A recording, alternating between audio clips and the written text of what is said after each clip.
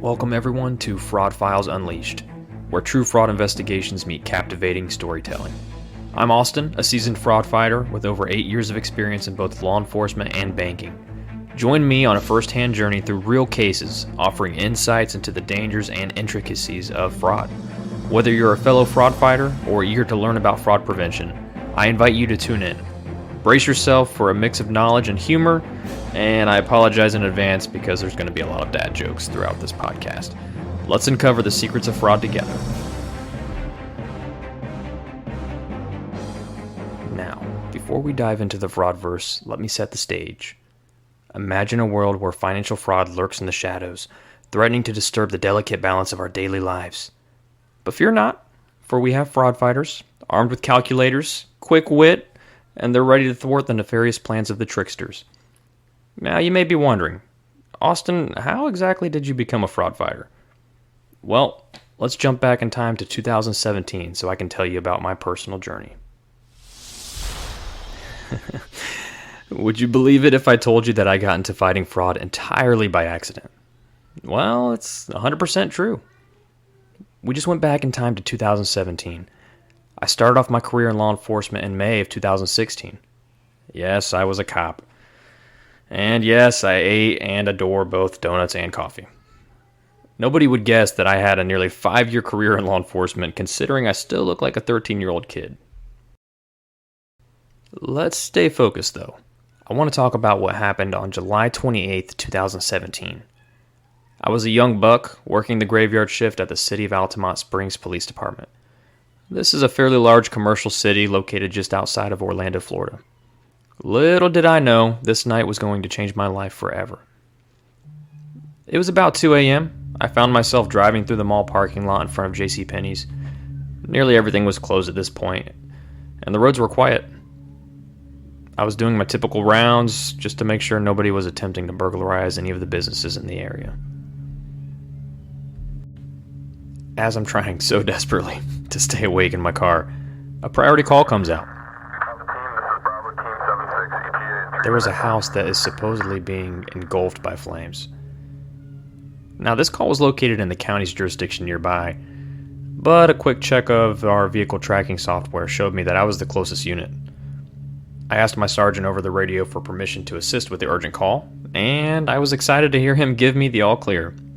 So, off I went. I quickly sped off into the dark of the night to assess the damage. The residence was only about a minute away and the roads were almost completely empty at this point. As I raced up to the house, safely, of course, I was shocked to see the house was truly being engulfed. Oftentimes, callers exaggerate the extent of what's going on during emergencies, but this caller was being honest. I slammed on my brakes as I approached and jumped out as fast as I could. I ended up making a rookie mistake here, though, because I parked right in front of the fire hydrant. I would never do that again.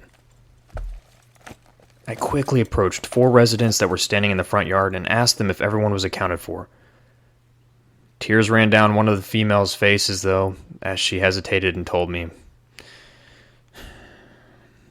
"There's a family member inside still. They passed out from smoke inhalation. He was an older gentleman and wasn't able to escape in time." She handed me a wet rag and begged me to go inside and save him. I looked at the front door and all I could see was big, bright red and orange flames.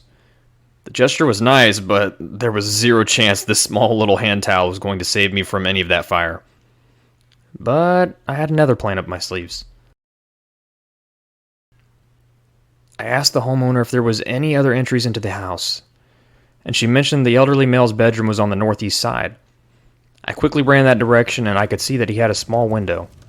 I tried to look through it, but the blinds were shut, so I couldn't even really tell if he was still in there, to be honest. I immediately felt my adrenaline kick in, though, and I knew what I had to do. I became laser focused, and without thinking, I pulled out my collapsible police baton and started smashing this window as hard as possible. Now let's pause for a second. Have you ever broken a window before? Because let me tell you something. It is not nearly as fun as it looks. I've broken about 3 windows during my law enforcement career, and every single time, it made an absolute mess. Thankfully, I was much better at stopping crime and eating donuts than I was at breaking glass. Back on track.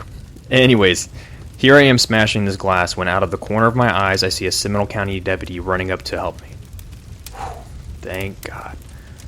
This baton was absolutely horrendous, so I grabbed a wood fence plank that was casually hanging out in the grass nearby. This unlucky fence panel became my new weapon. I got about 2 more hits in before I started seeing red liquid flying back at me amongst the glass shards. I started thinking, that's odd. And then I realized that red liquid was coming out of my body. My intentions were good, but my execution was mediocre. It was about this time that I could hear the fire department coming up on scene.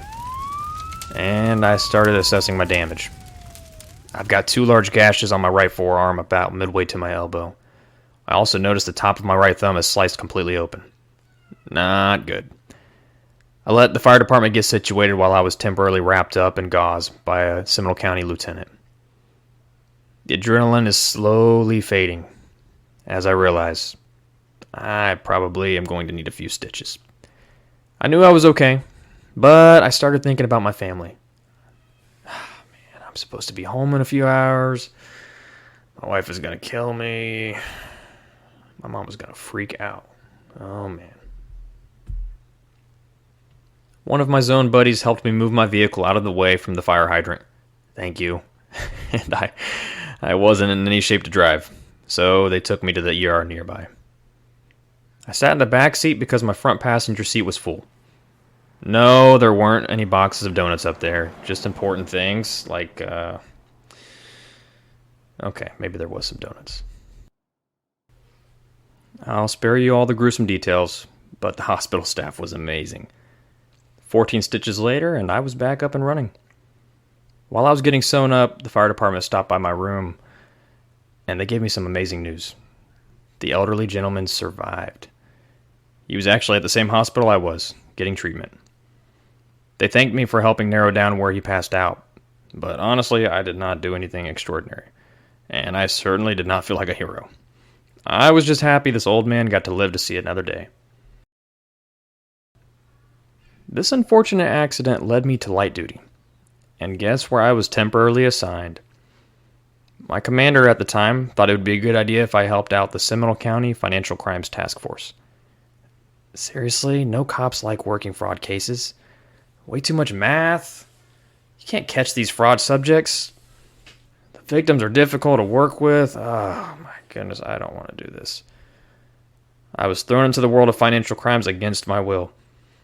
Most cops dread the intricacies of fraud, but for me, it started as a nightmare that turned into a surprising journey. Alright, picture this. A clean-shaven cop that looks like a 12-year-old with a bandaged hand analyzing financial transactions instead of chasing down criminals on the street. Initially, this felt like a detour from my usual beat, but something magical happened. I absolutely fell in love with the complexity of fraud cases. The puzzle solving, the sleuth work, the caseload, and the satisfaction of helping victims who were being taken advantage of. Sitting behind a desk? I think I could get used to this. This task force was jam-packed full of experienced investigators. I spent the first few weeks of light duty asking about 100 questions a day. Those poor guys. Hey, how do you do your interviews? Hey, can we trace phone numbers like this? Hey, how do I find my next lead on this case? You guys want to go eat some lunch? Chipotle, anyone? I felt like I just gained a whole new family. Fighting fraud was amazing. How come I didn't know about this sooner? I was becoming addicted to investigations. I was diving much deeper than my typical shoplifting arrests that I would be making on the road. And the daily office shenanigans, they were icing on the cake.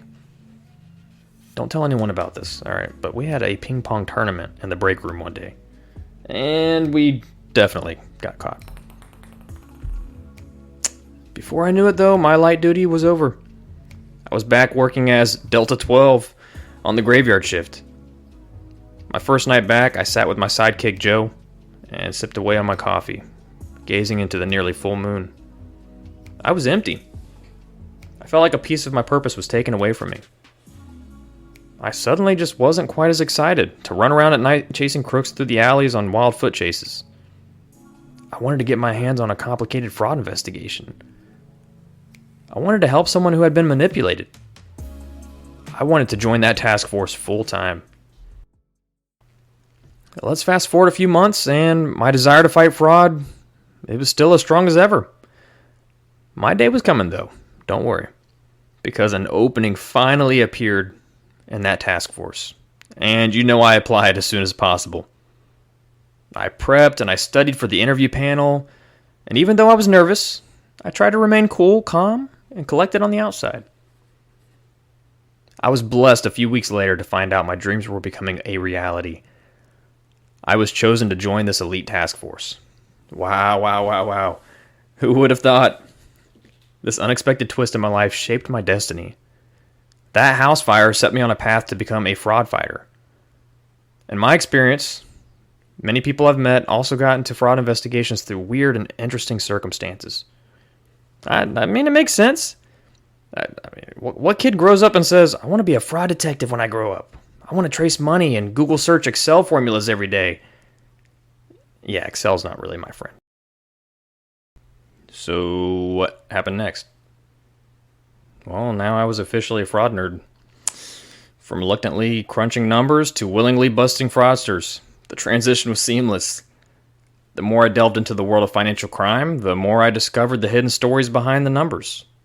Tales of deception, resilience, and the pursuit of justice. Cheesy, I know. I started out working basic scams, touched on check fraud, dabbled in embezzlements, got my feet wet with gas pump skimmers, messed around with re-encoded cards, and even eventually got into some weird fraud. Fuel bladder trucks? Yeah, they exist. They say accidents happen for a reason. In my case, that shattered glass opened a door to a world where I could make a real difference. Every fraud case became an opportunity to be a hero for those who needed it the most. You can be a hero to someone if you help educate others on the dangers of fraud as well. By myself, I'm really not anything special. Far from a hero. But when we all work towards one common goal, together, we can fight fraud. And there you have it, fraud fighters. The accidental journey that led me from patrolling the streets to patrolling financial transactions. This first episode helps set the tone and lays down the backstory of my personal journey. From here on out, you can look forward to hearing about true fraud investigations that I've worked throughout my career. We're going to unleash the fraud files and nobody can stop us. So join us next time as we dive into the world of financial intrigue, exposing the tricks of the trade while sharing a laugh or two. Remember, not all heroes wear capes. Some wear accountant badges and detective hats. This podcast is presented by Fraud Warfare. If you are interested in supporting us through promoted ads, please connect with us on LinkedIn. You can find our business page under Fraud Warfare on LinkedIn. You can also connect with me personally, Austin Harris, CFE. We are only able to keep our podcast free through your support. Please consider sharing this with a friend or family member, and you can also support us financially through our Buy Me a Coffee/Fraud Warfare page. The link will be in the bio. 100% of these funds go towards improving the quality of our podcast and maybe some coffee. Thanks for listening, everyone.